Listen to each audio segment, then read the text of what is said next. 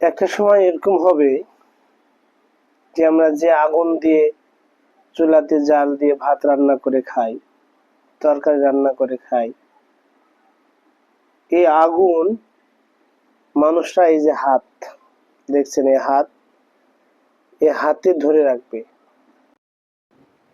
কিন্তু আমরা যারা ইমানদার দাবি করি, আগুন হাতে নিয়ে থাকা সম্ভব হবে, কিন্তু ইমান ধরে রাখা সম্ভব হবে না।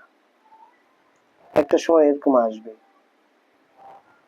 প্রিয় ভাই ও বোন, আসুন এই সময় আসার আগেই আমরা আমাদের ইমানের ভিত্তি খুব মজবুত করি।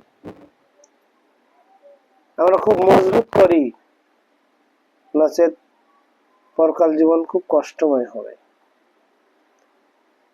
ইমান নামক সম্পদ বা নিয়ামত যদি আমার আপনার না থাকে, কোনোভাবেই পরকালে আপনি রেহাই পাবো না।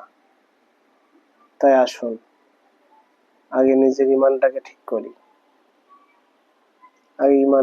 করি, অমূল্য সম্পদ, যা আপনাকে আমি বলে বোঝাতে পারবো না।